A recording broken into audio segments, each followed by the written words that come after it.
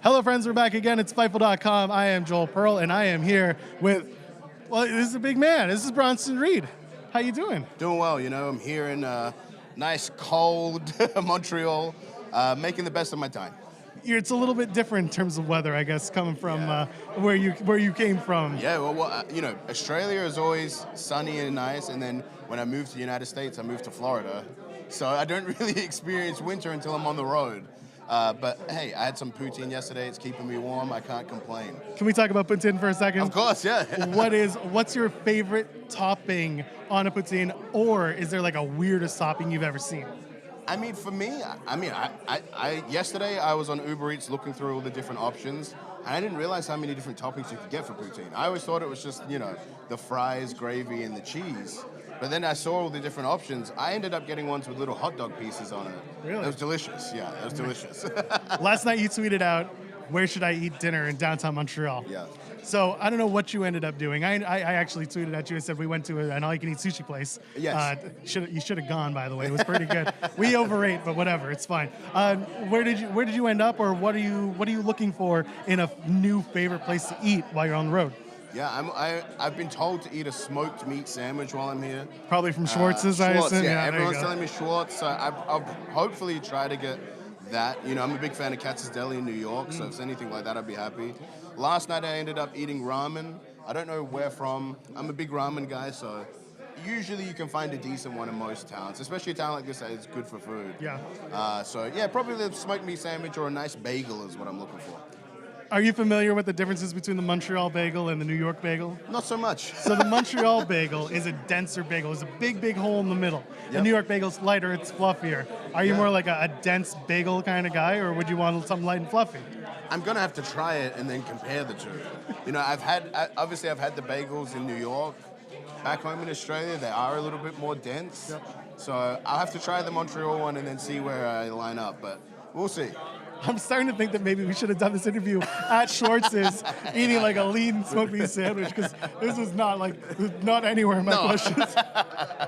So let's go back. You recently made your return to WWE. You took some time away. You worked elsewhere. Talk to me about those. Was about almost 18 months where you were working elsewhere. What did you take away from those experiences that brought you back to your work here in WWE? I feel like, if anything, it just gave me more confidence to come back here in WWE. You know, I was able to, you know, I don't have a chip on my shoulder, but it proved to me that I could go elsewhere and I could do other things and still be a commodity, enough so that I could come back here to WWE. But I always had that in the back of my head that, you know, there was unfinished business. I didn't get to be on a Raw or SmackDown or these premium live events. So now I'm back here, I'm killing it on Raw, and I'm in my first chamber match. So the things seem to be working out, and if anything, yeah, that time away almost helped me to come back for this run. Any words to or from Mustafa Ali after that tsunami on Monday that everyone audibly gasped for? Yes, yeah, that's the thing. I feel like I have a finishing move that is special. I speak about this a lot, where it's 5 years now, no one is kicked out of it. Since I started calling it the Tsunami, no one is kicked out of it, and I want to keep it that way. Hopefully, I keep beating people with it. It's devastating. I also threw Ali into the timekeeper's chair this Monday, so any of those viral moments, I'm going to keep making happen. I think eventually you're going to have to buy something for Ali for all the times you're just wrecking him. If he wants to be in the ring with me, you know, that's the price you pay. That's fair enough. Yeah. In the ring, you've won the elusive, amazing, as I've known to be full of lore, the NXT Halloween Battle Royal. Yes. I asked Raquel Rodriguez, who was here today at the junket, about the experience of doing the NXT Halloween Battle Royal. Yes. Since you won one, you have a different experience. But talk to me about the not just the experience, but putting it together. And because we love Battle Royals at Fightful. Yes. What was your costume, and how does the costume come into whatever you're putting together in this Battle Royal? Talk to me about it. Well, so I knew my Battle Royal that I won was 2019, and I knew the Halloween Battle Royal was coming up. And me, I'm a huge wrestling fan. Obviously, I'm a huge fan of movies and stuff like that, but I'm like, if I'm going to dress up as someone, I'm going to pay homage to someone else, and I did that with Rikishi. I was Reed Kishi, and at the time, Scotty Tihoti was a producer, so it seemed to sync up where I was like, this is the perfect moment, not only to be Reed Kishi in the Battle Royal, but we got to do the dance together. He did the worm, the whole thing. It was incredible. I have to give a shout out to my producer, Tim, behind the camera, because last night, as we were writing down some of these questions, he said he probably did Rikishi. And I said, no way. And I so did. we are. Yeah. So shout out to Tim. He did a good job. Yeah. Great job. Yeah, absolutely. Do you have a favorite Canadian band? Since we're here in Canada, the land of that. Land of the Canadian band. I listen to music all the time. I mean, for me, it's probably an artist, not a band, but Drake. You know, I'm a big hip-hop fan, and his last album with 21 Savage is something that I've been playing a lot, especially in the lead-up to this, so probably Drake.